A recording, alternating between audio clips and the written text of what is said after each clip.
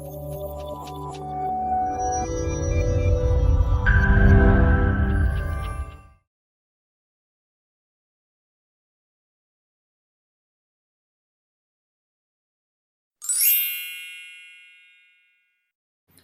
everyone, welcome to our webinar series on various architects who've been doing some amazing works. We'll be having an interaction with architect Nikita Harikishan, who has been doing some work with related to community participation, community building and things like that. So we will go through a journey of some of her works. Yeah. Hi. Awesome. Great. Hi. Architect Nikita has been a graduate of BMS, if I'm right. Correct, yeah.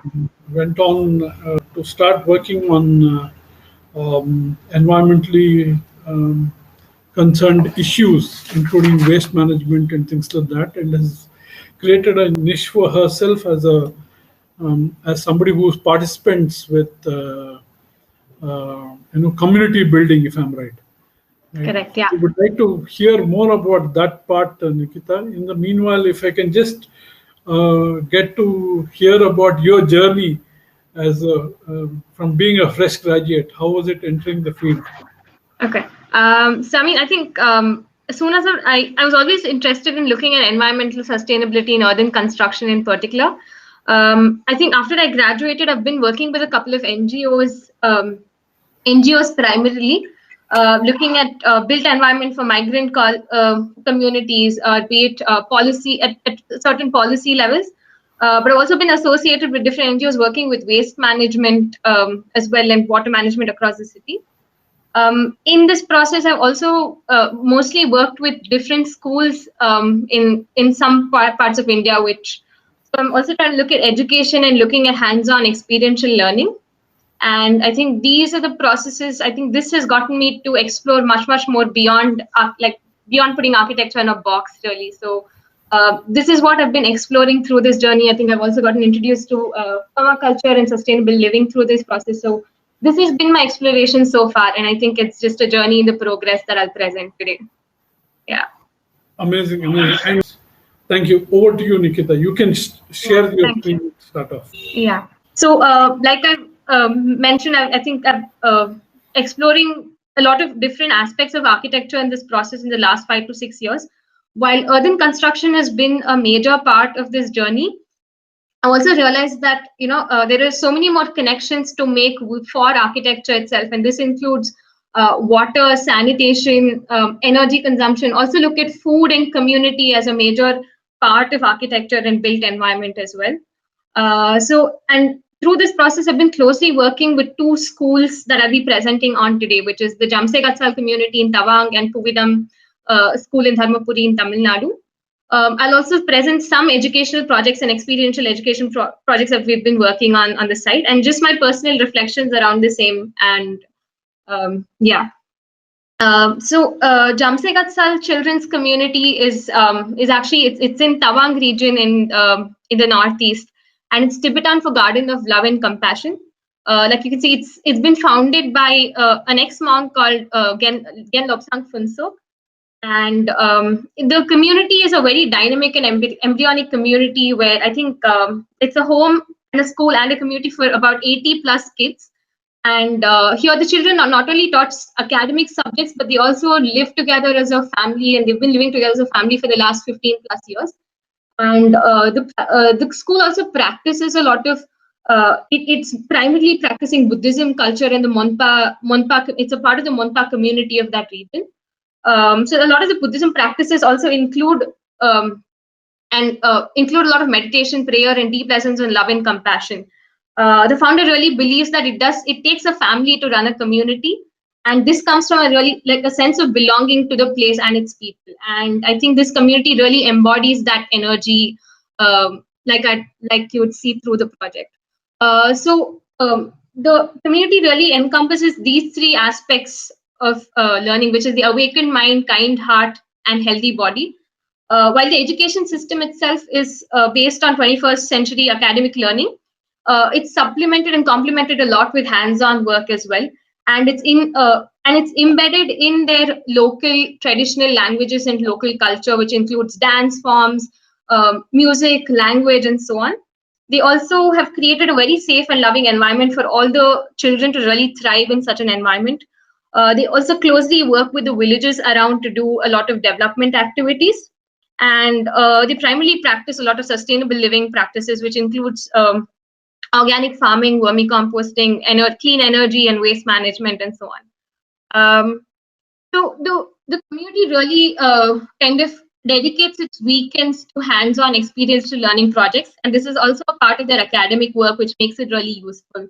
What you see here in the image is the students being a part of different activities in the community. You can see them farming and gardening. You can see them doing a lot of the kitchen practices that are there.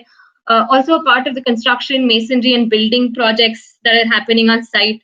And they're also, not only the students, the teachers and the staff are also involved with general community upkeep, cleaning, and also a lot of the repair and maintenance work is done by the community with the help of the students.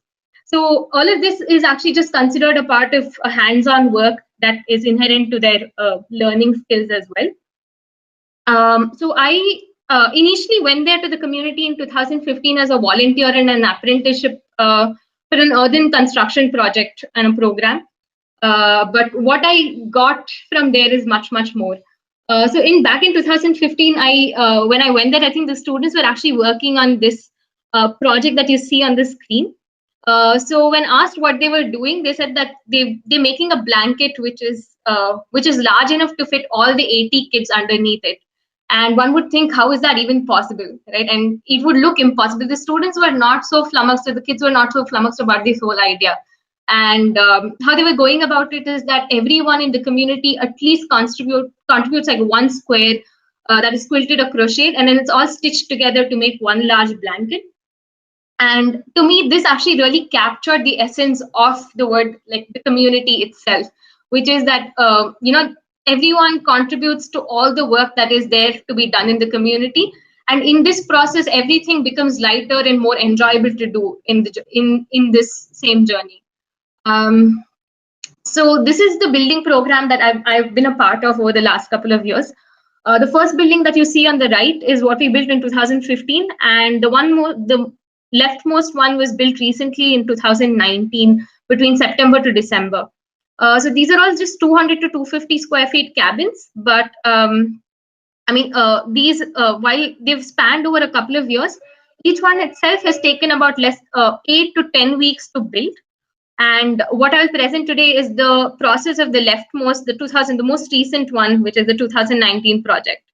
So this was taken right after, this is envisioned to be a small community living space, and it's just an experiment in the community to look at sustainable living and building practices.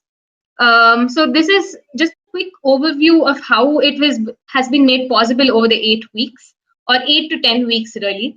So the first week is just designing the whole building and putting the foundation and plinth. The overall walls, so what we see is really what we've done is all these buildings are just earthen construction. The technique is called cob.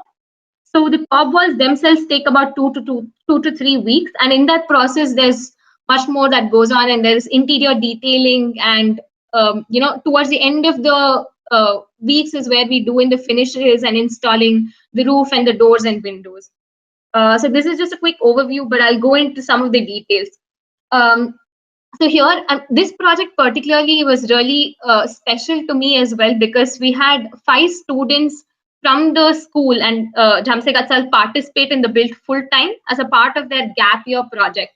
So what you see here are the students actually enacting how the space is supposed to be. So what happened was once we had a conversation with the community, we designed it with them, and this design that came about was also contributed by the students and individual thoughts that came all together to form the design that you see on the site.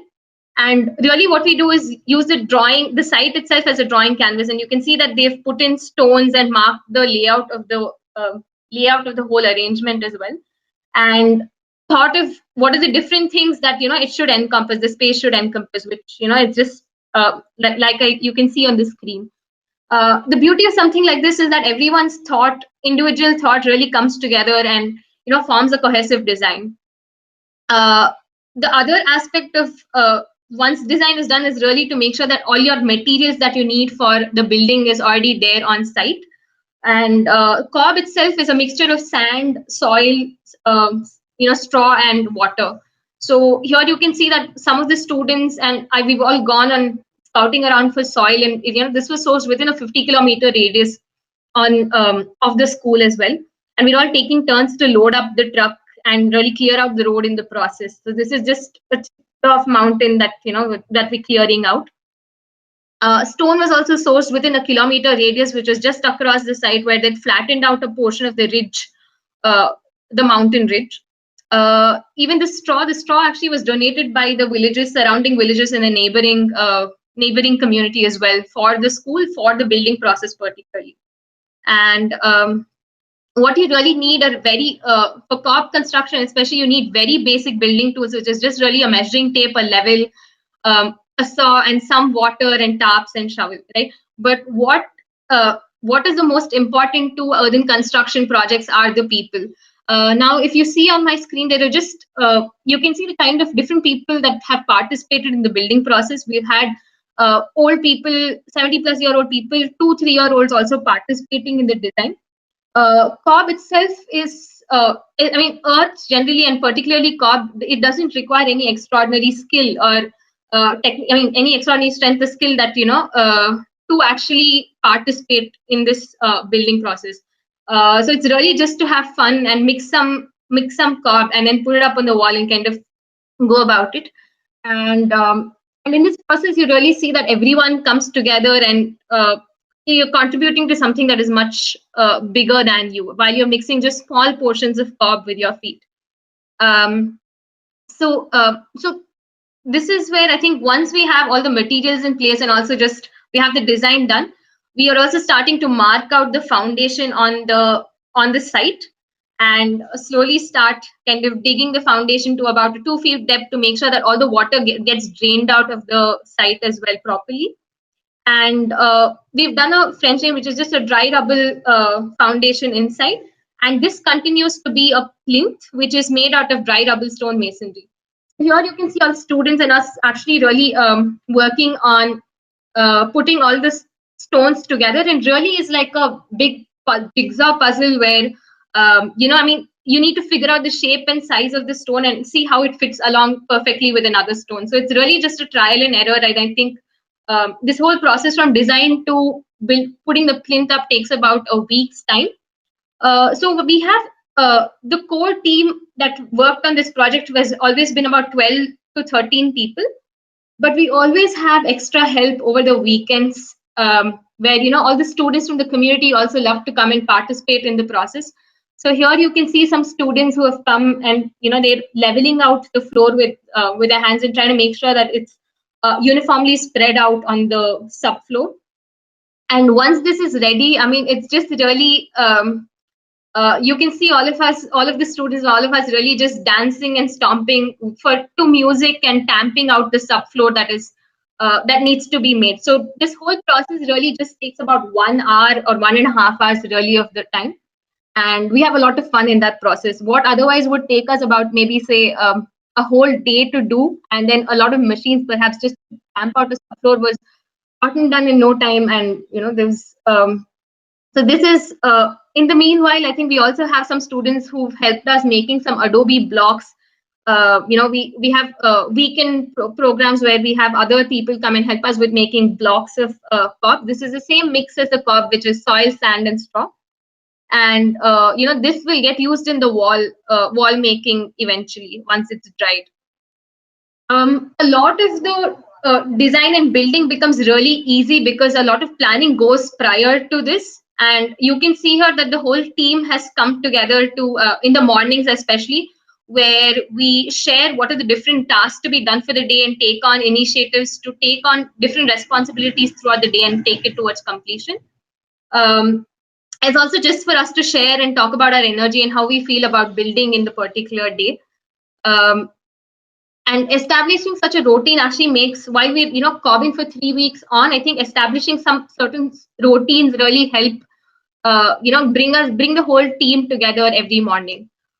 So I'm just going to play a quick video to show you how the cob is mixed. So this is the same mix, and you can see how cob has been a traditional technique that people have practiced all across the world, and there are various ways that you can mix it.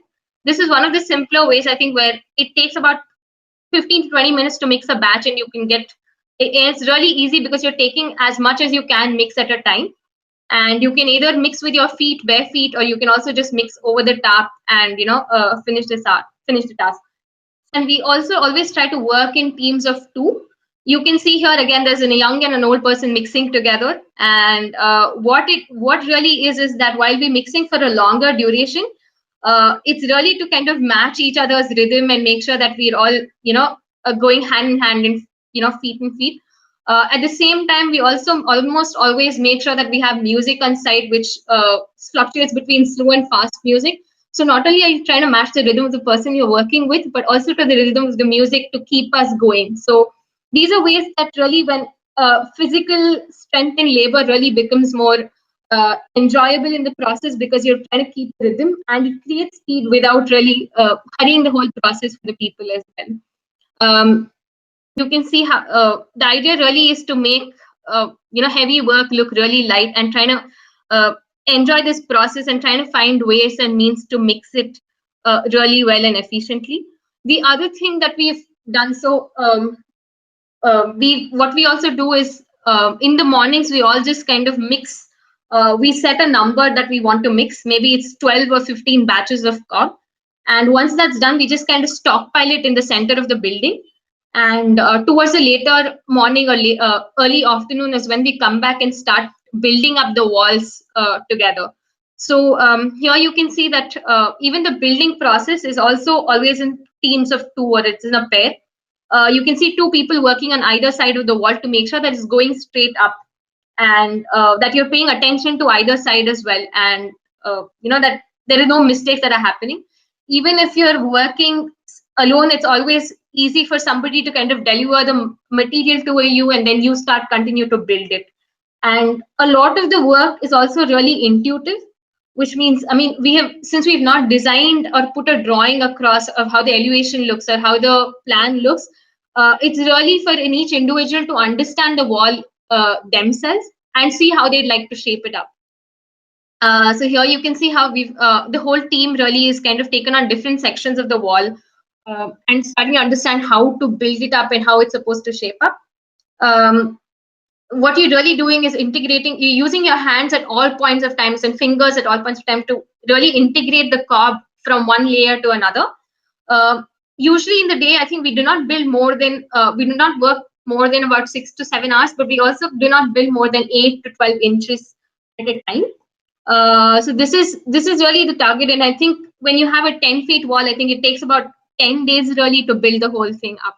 So what the other interesting thing about this material is really, if you look at this picture here, you start to notice all sorts of curves that are forming on the building. And even the back wall is really not a straight line, and it's just doing this wave all around. And this kind of is similar to how, because of the way we work and how an individual works, it's really taking the shape of whatever your hands are doing. And in the same time, when the walls are going up, you start to understand better how the views have to be and how the space is also shaping up. So you start understanding and designing for lighting and ventilation and designing for the views as well.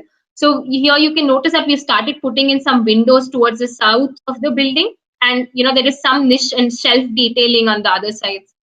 The cob itself is because the walls are really thick, they're about 16 inches thick. You can also make in a lot of built-in storage and furniture all around. So as the walls go up, we also start to install our rough frame windows and doors, which is what you see in this picture. So we already have put in where the windows and doors have to be, and making sure that it's making the best use of the sunlight and wind, and making sure that the heat is also trapped in at the same time.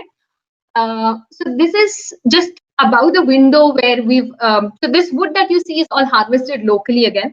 The wood that you see in the picture is actually just harvested from right behind the site, from the forest behind. And you can see that the wood has been used as is without in its raw form, and it's been used, the wood grain has been used to its strength. And really the curve of the wood itself really adds to the character and strength, and it can take the weight of the wall above it. And in this picture you also see that we finished the underneath side with a mesh and a earthen plaster as well. And the beauty of something like this is also that there are different raw materials just kind of coming together, and going really well with each other as well. So I think this is about week 4 or week 5 of the build. You can see that I think we've reached the height where the walls are almost near completion, and you have the roof beam and roof rafters going in. So as opposed to while cob can be a very intuitive material, I think carpentry requires a lot of skill and precise cuts and calculations. And with something like this, there are a lot of complex angles to be made because of curved walls. But you see that we kind of work with the students as well to teach them about angles and geometry, and really do calculations on site, precise calculations on site to put up the roofing structure. And this was also all a part of the carpentry program as well. In this picture again, so once the roof rafters and everything is in, we really start working on the interiors. And so when we have a team of 12 or more sometimes that are working on the site, it is really difficult to control the kind of quality or design and detail that goes on in the building. But that said, cob is such an organic and sculptable material, and it's also really forgiving as a material, which means once when you might have made a detail 5 days ago, but then after a while you realize that you do not want the same detail, or you want to modify the detail, you understand that it's not working for you, you can easily just go back and change it and subtract or make additions to the building.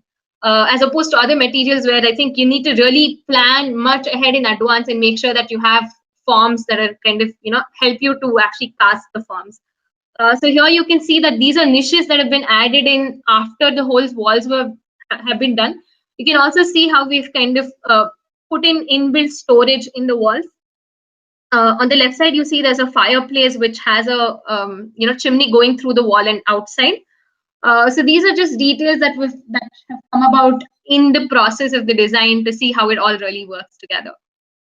You can see that here you can see all of us kind of testing the fireplace. We put a tarp over the building, and we testing out the fireplace to make sure that the smoke is going out the right way and that it's going as per our design and ideas as well. Really a lot of, like I mentioned, I think it's really essential for all as a team to establish some sort of rhythm and ritual and routine to the work that we do, because while it may be and you understand that we're all always on site and working together. So we not only do we meet up in the morning, but we also meet during the evenings to just kind of discuss how what we did during the day, or what were the challenges that we faced, and what are the ideas that we've had that we've been working on, or that we would like to work on. And it's really also to have conversations beyond the construction site to talk about what earthen construction is and how it's related to a lot of different aspects of project as well. And and beyond that, I think team building itself is a huge exercise during this build process. In the picture below, you can see that we've had volleyball matches and something outside where we're kind of just enjoying the process and enjoying extracurricular activities as well. And what you really realize is when you're a part of a building project and you live on site, you inherently become a part of the process of the living itself. And I think this is how I think we started building together as a community. Here you can see how we've so once the roof rafters are in, and once we have the whole carpentry work done, we also add an earthen ceiling, which is a mesh, and there is a earth plaster on both the underneath side and on the top of the mesh, which makes about a 1-inch thick earthen ceiling. And above which we kind of add about 6 to 8 inches of straw, and this serves as an insulation for the whole building. So you have about 16 inches of wall, which really captures the heat within the building. And you have 6 inches or 8 inches of straw, which also does the same, and make sure that the heat that is trapped in the building does not escape out through the roof as well. Um, what what earthen building also really does is that it has a lot of mass and insulation that it provides, right? So when you have in cold climates, it really keeps the inside warm, and in warm climates, it really keeps the inside cool and livable. So this is, I think, you're taking this to an advantage here.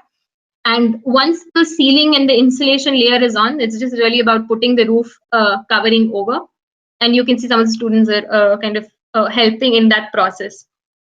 So, I mean, before we put the roof on, I think what we also do is, I think the walls have to change. And, this is the first coat of plaster that's been applied on all the walls. And you can see the face slowly start shaping up.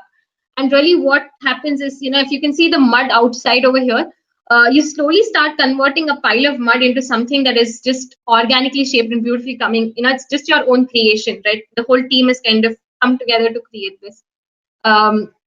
And once you start wrapping around, and this is the same thing, I think we've plastered the exterior walls in this picture, and this is about, I think, week 6 is when I think all of this was happening. So this is how it looks after the earthen ceiling has been put in, and this is, I think, towards the end of the project where we also had put in a wooden floor. But really, I think what happens is when an earthen wall and earthen ceiling and there's an earth floor, I think it really starts, there is no differentiation between the components of a floor, a wall, and a roof. It really just all comes together cohesively and seamlessly, look like almost like a nest where there is no hard edges and there are no hard corners as well, because really what nature offers is just softness and a feeling of a feeling of softness and curves all around. And this is, I think, what we are trying to emulate in the building process as well. What you also notice is how the windows have been angled out in a way that it allows in as much sunlight and ventilation into the place. So this is the outside of the building once everything was done. So here you can see that traditionally Tibetan culture also has this practice of doing a very elaborate and detailed lintel over there all their windows. You can see some of the students have painted the same and over the lintel on the outside as well. And this is one of the projects. So I think this project took us about 8 weeks to complete, and slowly now I think we're trying to this is all the 3 buildings together, and as the grass grows up, it's been envisioned to have some gardens and some walkways and porches, and just so that it becomes a community living space. You can also see here in the picture that we've built an oven and some garden walls along with the students, which I'll show you in the next couple of slides. So this is the building that we built in 2015, and some of the interior pictures of the same. So really, I think it is to make sure that we have enough passive energy, that we're utilizing the best passive energy in the building, and utilize energy, power and energy as little as possible as well. This is the second building built during the 2017 program, and here, in fact, we decided to go higher and have a loft space in as well. And you can see a lot of inbuilt storage and shelves, and then an inbuilt staircase as well, which has a fireplace here.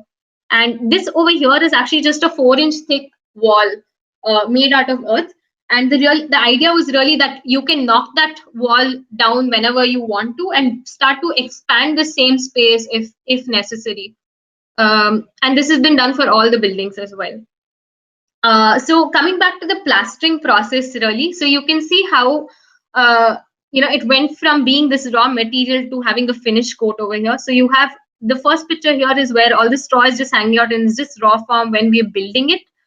And you start, once you're ready with everything else, you start preparing the surfaces for a plaster layer to be applied. So you start making sure that the straw is topped, and you've really kind of made sure that the whole surface is uniform and smooth all around before the base coat goes on.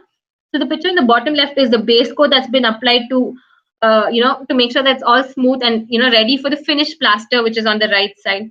And usually even the plaster is the same mix as the caulk, which is soil, sand, and straw. but in different proportions. And it kind of just, so it's just the same material and applied in different ways and different methods. So the beauty of these materials really, so if you can see this picture, this is a kind of magnified view of the plaster itself that we've made. And the picture on the right side is actually just the shining ball that you see is just a ball of clay that's been burnished and in the process to get that shine. So what happens is, while sand really provides the structure to the plaster, clay also gives it's a binding agent, also kind of gives it a shine. And the fiber really, which is either the straw or the various fibers that we use, which provides strength to the material, to the whole material itself. Here you can see that all of this, all the shine is also from the sand that is locally available, which has some mica in it.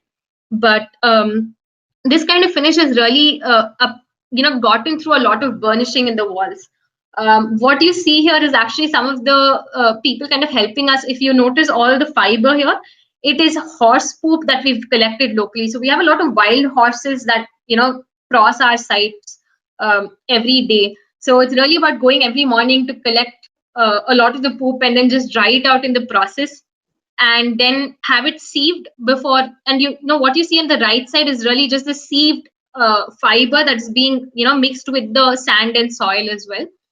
And this really provides a lot of strength to your plasters. I mean, and in this picture actually you can see that we have a lot of, the community also comes and participates in this plastering process, and I think it's by far the favorite part for most of the people that work on the building site. You can see that there are more than a few people plastering in the same spot as well sometimes. And really is that while everyone's hand is different, it is possible to kind of work together and make it look really uniform.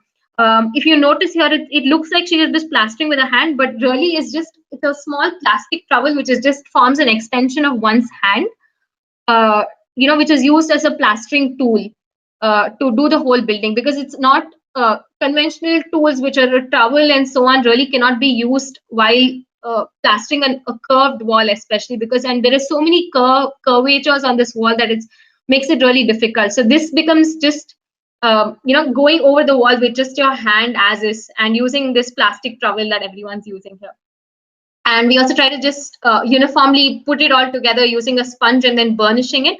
So it's really done with uniform, circular motions on the wall until you get that kind of finish and compaction that you need for the plaster.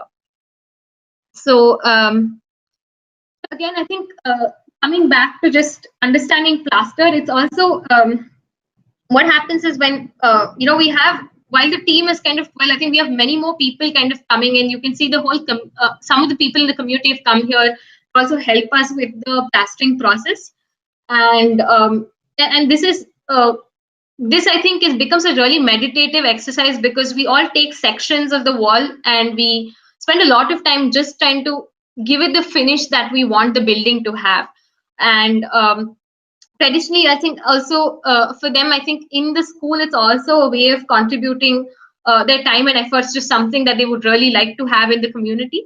And and you also realize that when we start to do this over and over, you start to get better at it, and you start to improve really in like little movements of your hand movements to make the kind of plaster finish that you need.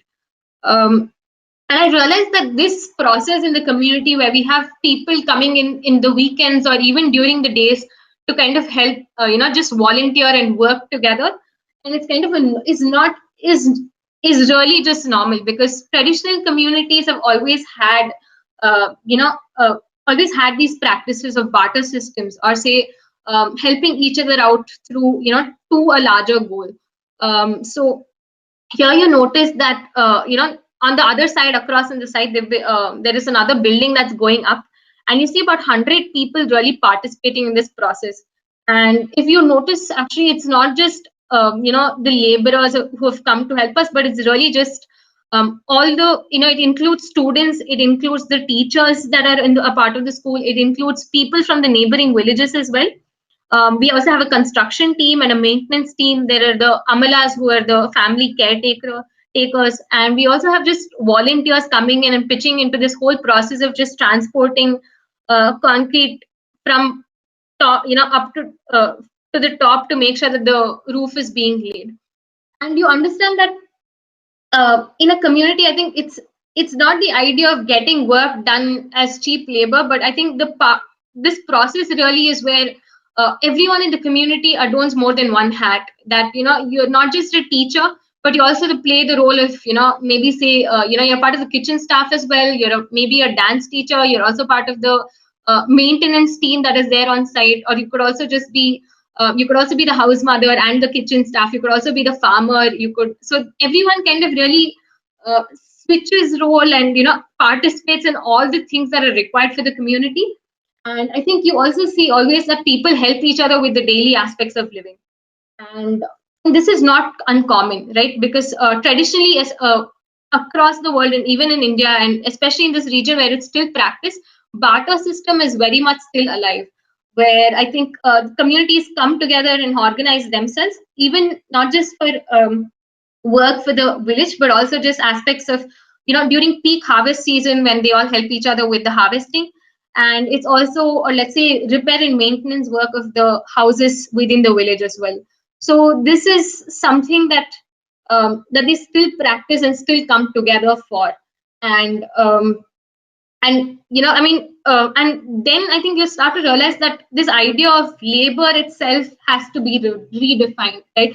While we think of cob or earthen construction particularly is very labor intensive, but I think we try to associate labor intensive with a negative connotation. But when you start to see it in another lens, you start to understand that labor intensive could also be a very joyful process as well, which brings communities together. And there's a whole celebration around this as well, where you've created something together, you've helped each other with something, and you're part of a larger goal which is much beyond this, which really forms the core of a community. And I think this dignity of labor is something that that I've really understood from these communities.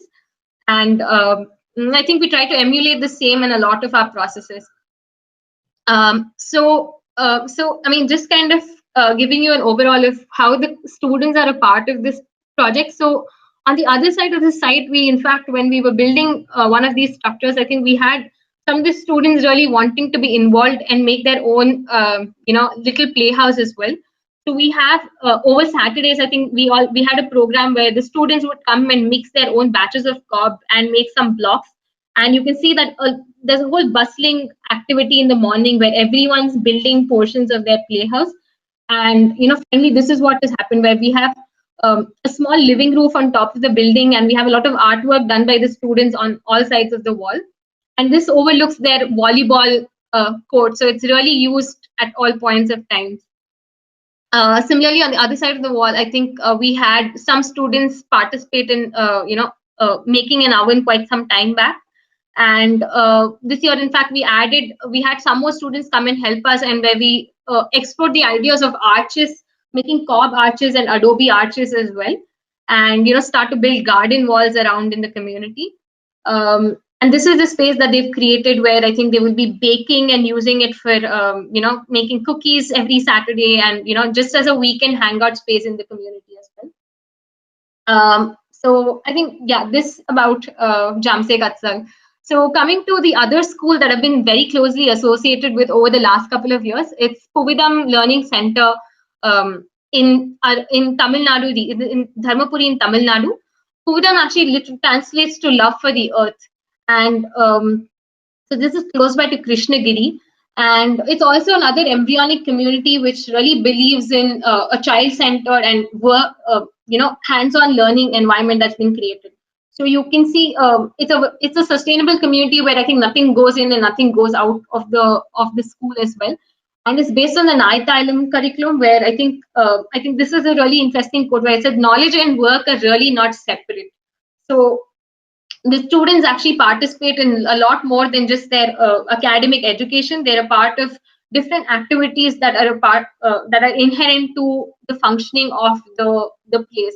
This includes a lot of farming, carpentry, craft, and kitchen. It's very similar to the earlier school that I shared with you all. So this over a summer, I think you can see that the students are very hands-on with anything that they do.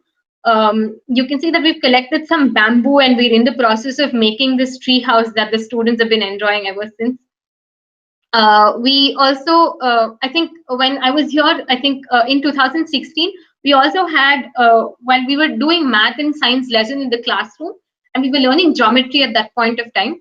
And we were initially, the idea was to kind of build an arch and show them how geometry works and how bricks come together as well. But in fact, I think the kids were much more ambitious than I was, and they said they would like to build a playhouse as well. So here you can see that all these arches, all the igloo shape arches from small to the biggest one, and they were all laid without a formwork, where you use a rope and a pole to kind of gauge the arch and start building one over the other. And in this process, I think we not only learned geometry, but we also learned about surface areas and calculating volumes, understanding how to the amount of material that you need, understanding many more things apart from the academic structure that there was. And in this process, really, what else happened and what I learned as well is that we came together. I think we're about 10 students. We really came together as a team. And doing something like this might not be easy at all, but you see that there's a lot of persistence and patience within the group as well. And you start to realize, there is, even through failures, because it's really difficult for each of these blocks to come together and form that arch. And despite failing a couple of times, you really kind of persist and build it up. And what finally happened is that they've also plastered the whole building and decorated with mosaic arc, like you can see on the side.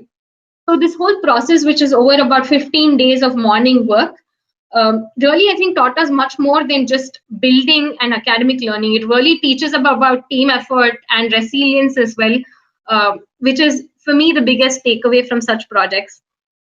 So at the same time, on the other side of the school, I think we're a group of masons and volunteers also building on creating a workshop space for the students. So if you can see here, it's a catenary vault which is built with bricks and mud mortar, and there are 4 coming together in a cross where it meets as a dome in the center. So you have 4 coming like this, with the dome in the center, and this is supposed to be the workshop space. So what really the kids were doing at the small scale is also something that we're experimenting on a much larger scale on the other side. And so this is the dome inside the building, for the building as well. So the third project that I'd like to present is a small farmhouse, about 800 square feet farmhouse that we made in Mallavalli, close by to Kanakpura in Bangalore, near Bangalore. So here you can see there is, so we experimented with rammed earth over here. And what you also see is, this is the initial stages of the construction site. And a lot of the later on stages of the project was also something where we had, the client themselves participate, and also just, a couple of us volunteers who kind of finished the top. So you can see that we've kind of done a wattle and daub all around here. And over weekends, we would ourselves go and kind of just plaster the whole building up, and and we're getting it ready for use. So it's really just a living and working sort of a situation that we had even with the client. And I think everyone were again really hands-on with this, with putting this structure up. So we also kind of, wherever we have projects, we try to do a lot of workshops and involve students or people who would like to learn more about earthen construction as well in the process. So on the same site, we had students come and participate in making a couple of benches around on site. So here you can see that we've kind of built a few rammed earth benches over a 3-day workshop. And where we also talk about understanding soil as the main criteria. So really, earthen building has, the first step to really understanding it is really understanding the material that you're working with and the possibilities and capabilities of what a material can do. And here you can see that we're experimenting and really feeling the sand with our hands and our feet at the same time, and understanding what makes the mix and what really makes that building wall as well. So these are just some glimpses of other workshops that we've conducted in different sites. And the kind of weighted group that we've had, who've come together to do a lot of hands-on work. So on the left, you also see that we've built a cob wall just with some volunteers where we've, there's a short section of the wall we've just done in cob on the site. We usually make sure that there is a lot of just hands-on work, even with people who are not familiar with the idea of earthen construction. And I think in the process, you'll really learn, you start to understand how intuitively you can start designing and working with the material as well. I think throughout these processes, and especially these projects that I've presented today, I think my largest takeaways have been about understanding this idea of a community and understanding what dignity of labor means, and understand that it could be really joyful work. Even labor intensive could be a very joyful work. And I think even as I mentioned, I think there is a concept of making sure that you're doing regenerative building designs where you're looking at a net impact, which is a zero net impact on the earth, where the materials that you use kind of go back into the same cycle, and with the same quality that you've initially used it with. And we try as much to not do mechanized processes, but really just work with our hands and feet.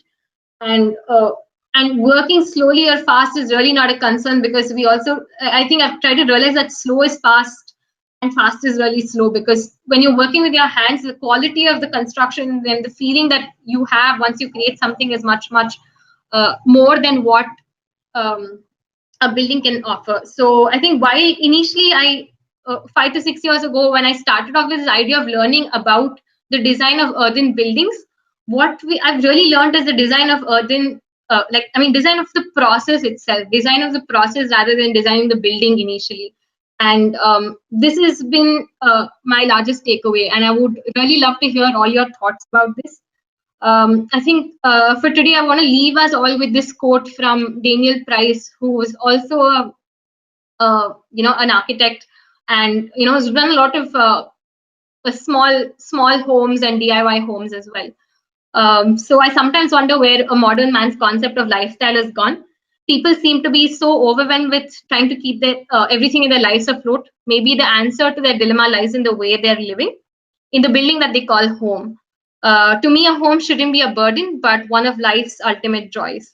And I think this is a quote that has really just inspired me to the works that we do continuously from the beginning. So yeah, that's the end of my presentation. I thank you all for being here and listening in as well. Oh, brilliant work. It's a pleasure to watch how you've got everyone to be a part of the whole journey and make the beautiful structures. And thanks, Nikita. This beautiful presentation and an eye-opener for a lot of students. And it shows how much of passion goes into doing something like this. Hats off to your passion and your commitment, Nikita.